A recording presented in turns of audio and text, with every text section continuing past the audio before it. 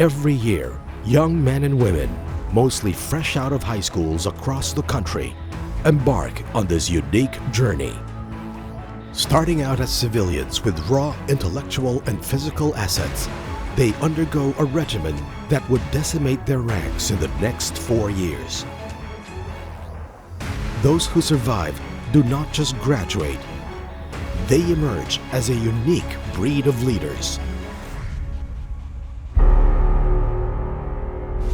Formally established in December 1935, through the National Defense Act of the Philippine Commonwealth, the PMA traces its roots to the short-lived Academia Militar, created under the First Philippine Republic in 1898.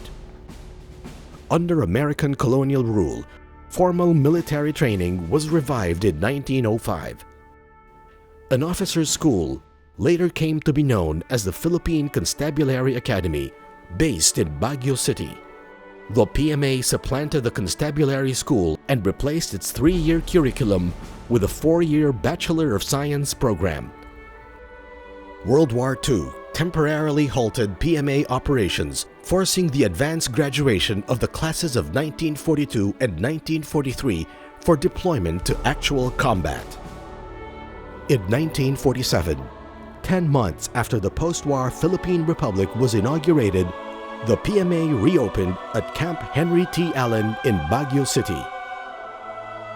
3 years later, the academy moved to a sprawling fort in nearby Loacan, fittingly named after the heroic Revolutionary General Gregorio del Pilar.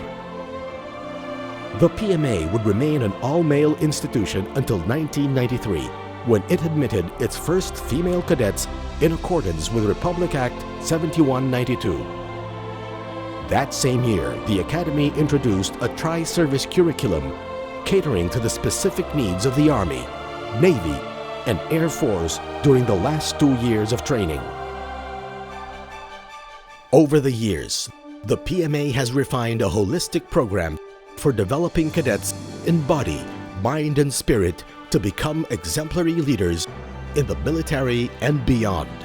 The program encompasses character formation, balanced academics, military leadership, and intense physical training. The distinct nature of the PMA Leadership Development Program is etched in the traditions that guide cadets from day one to graduation. First-year cadets are called fourth-class men or plebes, consisting of above-average youths picked from a national pool of qualified examinees.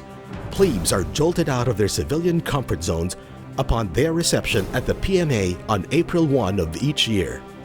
This is followed by 8 weeks of Beast Barracks, when they learn right off the bat if they have what it takes to imbibe military discipline. In essence, they are made to realize that before becoming leaders, they must know how to be good followers within the chain of command. Surviving that tough phase qualifies cadets for incorporation into the Cadet Corps by the end of May. Each plebe is then assigned to the company where he or she will belong. But the pressure from the upperclassmen does not stop there. Throughout their first year, the plebes have to constantly prove themselves worthy. More than 3 months into that grueling daily grind inside and outside the classroom, their hard work and perseverance finally pay off. The emotional high point of the first academic term is the recognition ceremony, signifying their formal acceptance to the Corps. The plebes' shared ordeal serves as the foundation for lifelong bonds within their batch. It also forges a deep sense of solidarity with the upperclassmen and with previous generations of PMA graduates who proudly call themselves Cavaliers. On their second year, the cadets are dubbed third-class men or yearlings. Their term begins with a month-long cruise. This gives the yearlings another opportunity for bonding, while they enjoy the sights along the Philippines' northwestern coast and the major southern islands. Free of ritual harassment, yearlings begin to focus on developing their academic, military, and physical prowess, while building character and personal relationships. they also gain their first experience of leadership as buddies to the plebes. As buddies, they are both the plebes' cadet role models and behavior monitors, ensuring that the new cadets meet the standards of the academy. Cadets who get to third year are known as second-class men or cows. Within the cadet chain of command, they are designated as squad leaders. In the occasional absence of the graduating class, the cows assume responsibility for running the cadet corps. At the same time, individual competition to excel in every aspect of training yields distinct ranks in academic performance. A parallel development in ranking takes place in the cadet hierarchy as well. The second-class year also marks the point at which the cadets start to specialize according to their chosen branch of military service. On their final year in the academy, cadets earn the right to be called first-class men or firsties. As the ruling class, they occupy the major positions of responsibility in the cadet chain of command, with a class baron at the apex. In addition to the many privileges they enjoy, the firsties are placed in charge of various committees, clubs, and corps squads. More specialized academic subjects gear them up for their eventual commission as officers of the Armed Forces of the Philippines. Upon their graduation from the academy, they would have proudly completed a journey of leadership like nowhere else in the country. By then, the PMA cadets would be ready to apply what they learned in mathematics, engineering, information technology, the humanities, management, and the physical and social sciences to accomplish any mission. Wielding superior critical thinking and a broad perspective of history and people dynamics, they can effectively manage complex tactical situations.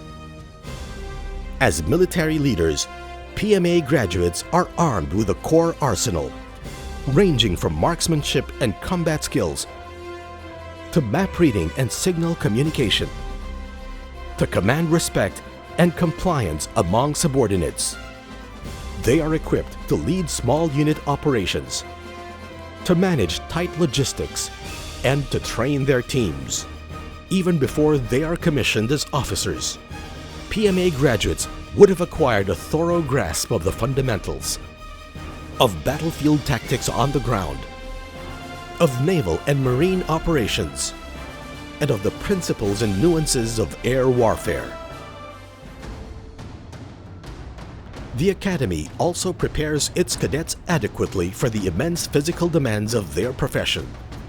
Models of fitness, sports discipline, proper nutrition, and healthy living, PMA graduates can outperform all the members of any unit they are tasked to lead, while protecting themselves against injury. This sense of well-being is fortified by a whole slew of extracurricular activities that include literary writing, journalism, debate, theater, cadet combo, various clubs, and religious organizations. Given this intensive, well-rounded training conducted by a top-notch faculty and backed up by dedicated service support across the Academy's diverse and excellent facilities,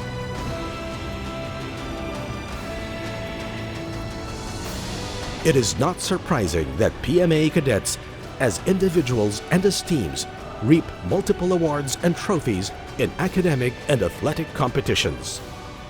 Top cadets get to represent the PMA in local and international youth conferences on leadership and related themes. Those who qualify as PMA cadets also have opportunities to prove their mettle in defense and military academies overseas. Taking advantage of international study and exchange programs, some outstanding PMA cadets have distinguished themselves in training programs in the United States, Canada, Australia, Japan, and South Korea.